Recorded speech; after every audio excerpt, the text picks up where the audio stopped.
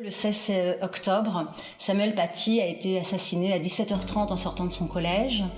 Alors depuis 2 semaines, enseignants, élèves et parents sont évidemment choqués et meurtris. Ils se préparent à reprendre le chemin de l'école. Comment reprendre l'école dans ce contexte ?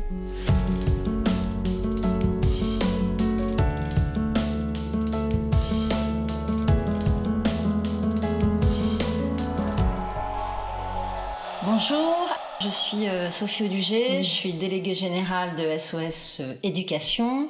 Nous accueillons aujourd'hui le docteur Edwige Antier. Vous êtes pédiatre, vous êtes ancienne interne des hôpitaux de Paris, vous êtes diplômée en psychopathologie, vous êtes connue des parents pour vos chroniques et émissions sur Radio France. Vous avez été députée et votre première victoire de femme politique et de pédiatre a été l'obligation de dépistage de la surdité chez les nouveau-nés. C'est un décret de 2012. À partir de 2010, vous avez milité pour l'interdiction des châtiments corporels sur les enfants. Vous êtes l'auteur de nombreux ouvrages, j'en citerai quelques-uns. Vous avez écrit « J'aide mon enfant à s'épanouir » en 2005, « Le courage des femmes » en 2009.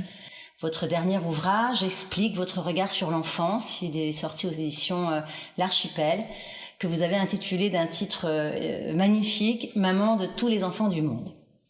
Alors depuis 2 semaines, enseignants, élèves et parents sont choqués et meurtris, se préparent à reprendre le chemin de l'école.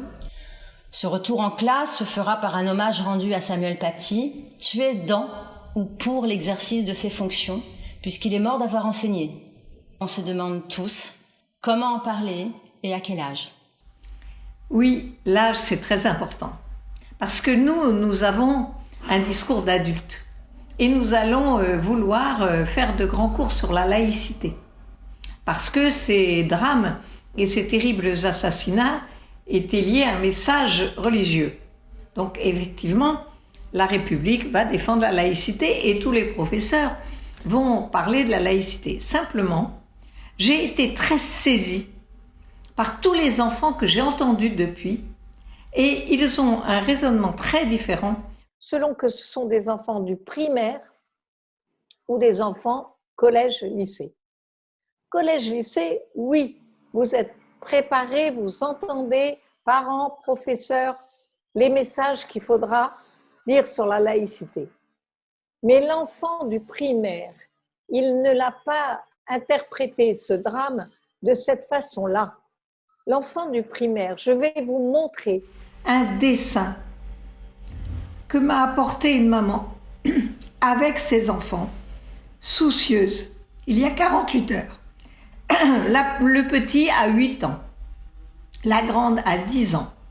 Ce sont des enfants qui n'arborent pas de religion, qui ne sont pas dans les conflits religieux que nous discutons, absolument pas, qui sont simplement dans des querelles de fratrie, autour d'histoires de tablettes. Qu'est-ce qu'il y a de plus banal dans une maison ? Eh bien, voilà le dessin d'un petit frère aujourd'hui. Vous avez la grande sœur et vous avez le petit frère qui a fait le dessin et qui était en colère parce que la grande sœur monopolisait la tablette. Quoi de plus banal ? Vous voyez que le petit est armé d'un couteau et que le dessin, il fait ça.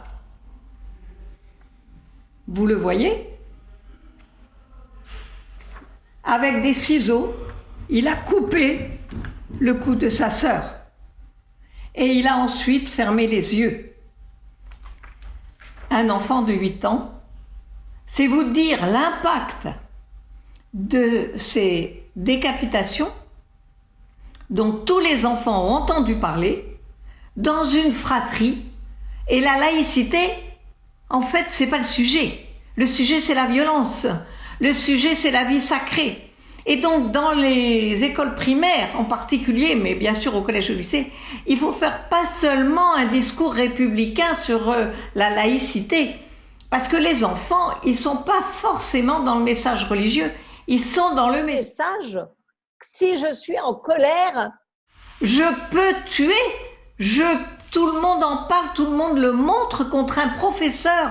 C'est-à-dire quelqu'un qui est familier. Eh bien, je peux faire ça. Alors évidemment, j'ai pu parler avec cet enfant et relativiser qu'est-ce qu'est nos fantasmes.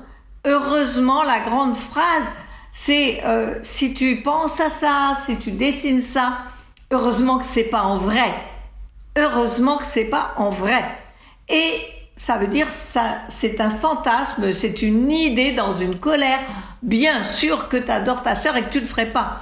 Mais il faut vraiment diffuser un message pour les petits de primaire. Ce n'est pas le même que le message de la laïcité. Parce que les enfants n'ont pas toujours vu nos discussions sur la religion, mais ils ont vu un geste violent qui pourrait être imaginé. Il ne faut même pas l'imaginer. Donc il faut vraiment revenir vers les enfants sur l'interdiction de la violence en général, le sacré de la vie, et qu'on a le droit d'avoir des colères. Moi je dis souvent, une maman, elle dit des fois de son bébé, j'en ai marre, je le passerai par la fenêtre. Mais bien sûr qu'elle le ferait jamais. C'est la différence entre le fantasme et la réalité. Et il faut aussi parler de ça. Vous en avez la preuve. Il a coupé le dessin de sa sœur. Et il avait un couteau à la main.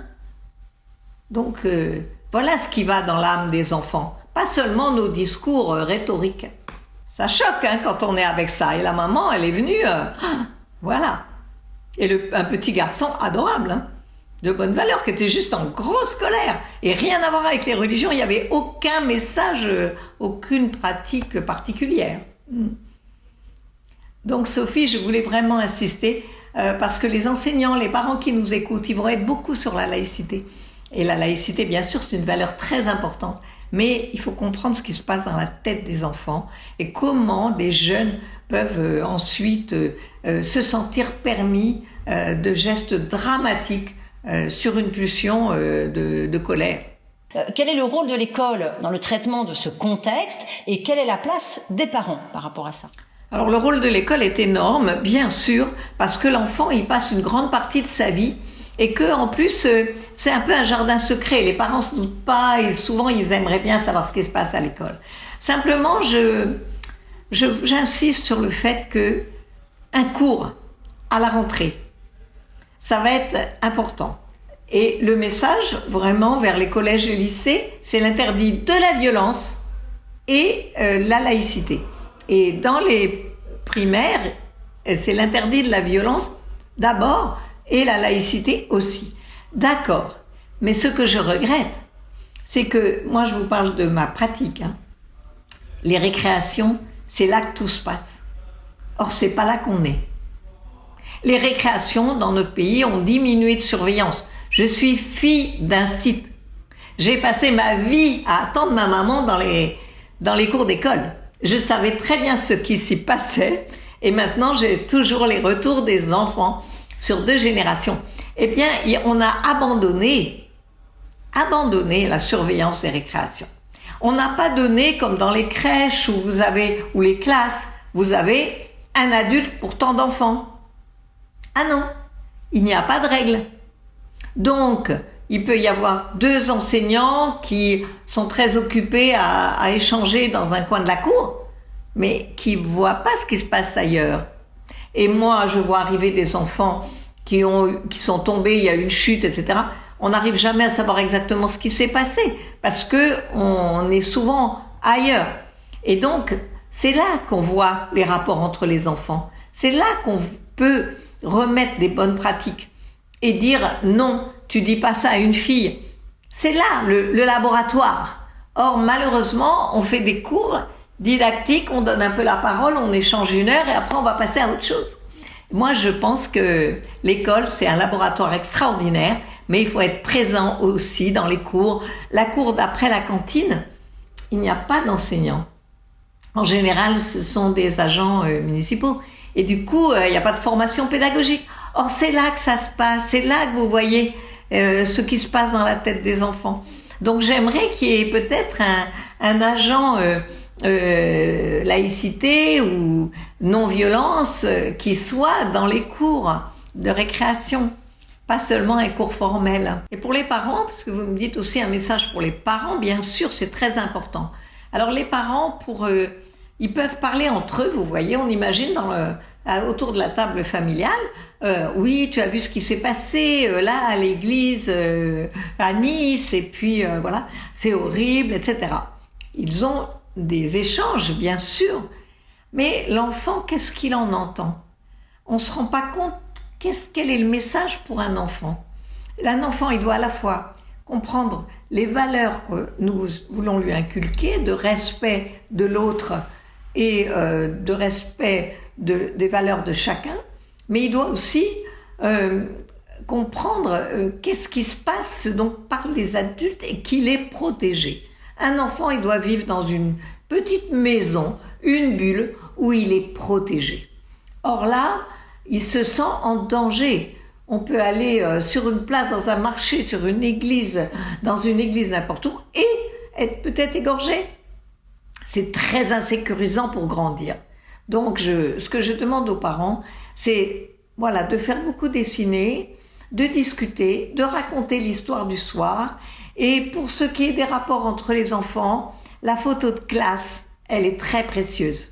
Parce que souvent, les mamans me disent « Oui, mais mon enfant, ils me disent pas ce qui s'y passe. » Sauf que si vous regardez ensemble la photo de classe, la parole, ça va être « Oh ben lui, voilà, il dit ça à Capucine, il est amoureux de machin, il donne des coups de pied ou pas. » Mais vous apprenez plein de choses sur lesquelles vous pouvez mettre du sens et expliquer à l'enfant qu'il est protégé. Il est protégé d'abord par les surveillants de l'école, ensuite par les professeurs et enfin par ses parents. Et que donc il faut qu'il sache parler aux adultes. C'est pas ensemble qu'on se défend.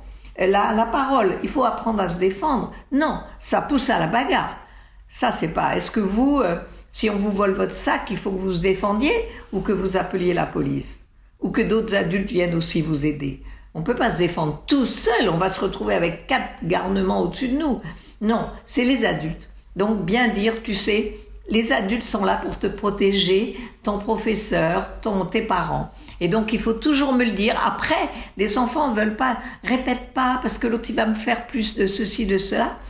Moi, quand je les ai en consultation, je dis, on discute ensemble, je répète pas. Mais après, on va voir ensemble ce qu'on fait, parce que je suis là pour qu'on ne te fasse pas de mal.